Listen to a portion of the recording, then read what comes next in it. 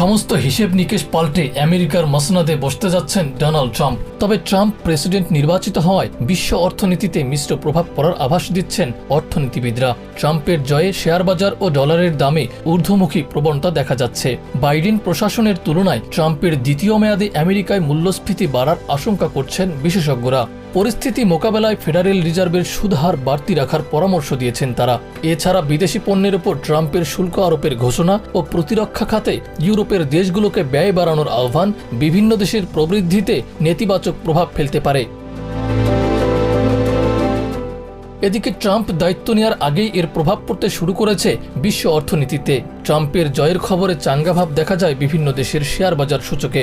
ট্রাম্পের অভিবাসন নীতি, অধিক তেল উত্তোলনের ঘোষণা, বড় বড় কর্পোরেট প্রতিষ্ঠানগুলোর জন্য কর ছাড়ের প্রতিশ্রুতির প্রভাবে সুদিন ফিরেছে ইউরোপের শেয়ার বাজারে। এর সূচক বেড়ে দাঁড়িয়েছে 1.5%, যা চলতি বছর একদিনে সর্বোচ্চ।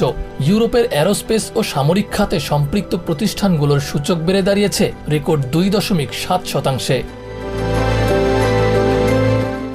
ওদিকে ঊর্ধ্বমুখী ছিল বিটকয়েনের মূল্য। তবে ট্রাম্পের জয়ের খবরে ধাক্কা খেয়েছে নবায়নযোগ্য জ্বালানির বাজার। ট্রাম্পের জয়ের মিশ্র প্রভাব পড়েছে এশিয়ার শেয়ার বাজারগুলোতে। সাংহাই কম্পোজিটের শেয়ার সূচক 1% নেমে গেছে। ট্রাম্প চায়না থেকে পণ্য আমদানির ক্ষেত্রে বড় ধরনের ট্যারিফ আরোপের ঘোষণা দিয়েছিলেন। এর প্রভাবেই নেমে গেছে চায়নার শেয়ার বাজারের সূচক। সাউথ কোরিয়া ও জাপানের শেয়ার বাজারগুলোতেও দেখা গিয়েছে মিশ্র প্রভাব।